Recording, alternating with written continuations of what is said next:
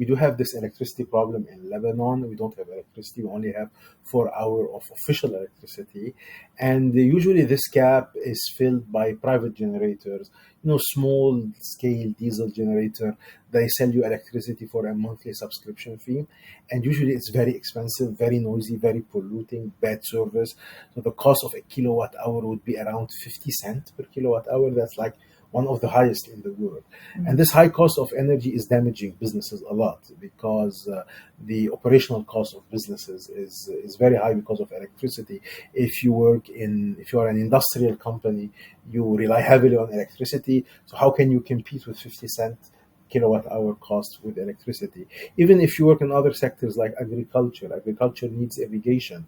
Irrigation needs electricity. Agriculture needs cooling of those goods that you want to transport, and cooling need also electricity. So tourism, Lebanon relies a lot on tourism, but tourism needs air conditioning, heating, lighting. All of that needs electricity. Even schools today, the biggest strain to their budget today, schools are closing because the electricity bills capture most of their income and they cannot survive. So electricity is a big problem to all the sectors in Lebanon, and it has been hindering the recovery. Same story with garbage. If you are a touristic country, betting to basically hoping to attract tourists, if you have garbage all over the place, who would come in? Who would enter to a shop if you have garbage? Even employees won't come to the shop if you have garbage. So those things need to be dealt with. The central government cannot deal with them because one, they defaulted on their payment of their debt. They don't have any financing ability. And two, anyway, even if they had in the past, they did not deal with those things easily. So we're trying to work with municipal leaders in cooperation with municipalities in order to solve the problem. And the design we suggested is what we call the user-payer model instead of the taxpayer model. So municipalities also have problems in their income because, one, they rely on their income on the government, and the government is not paying them their dues. And even if the government paid them their dues, the taxes basically dedicated to municipalities, the value of those taxes dropped with the currency devaluation. So now they don't do anything. So municipalities are not able to supply electricity solution or garbage management solution with their own money. But we do believe that the private sector can, and what the private sector can do is offer those services directly to the population for a certain fee or payment. Like, for example, the private sector can do a solar farm. It has been tried in a town called Tula in the north of Lebanon. The solar farm, which was a private initiative, was coupled with the generator, who was owned by the municipality actually.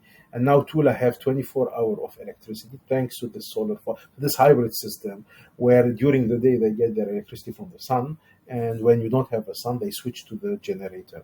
By doing that, they managed to get 24 hours of electricity, and the cost of electricity in Tula is 50% lower than the neighboring towns. So they were able to reduce those operational costs by going to renewable energy and relying on the private sector for the investment. We do think that this is a model and there is a lot of lesson to be drawn from. We think that this model can be replicated in many municipalities in Lebanon. We've been engaging municipal leaders on that. There is a lot of interest and private sector as well. So that's one model where we can solve the electricity problem through renewable energy without going through the central government by working with the private sector and local leaders. Same story with garbage, waste management, right? Historically, Lebanon would take the garbage and throw them in landfills. And those landfills get filled really quickly.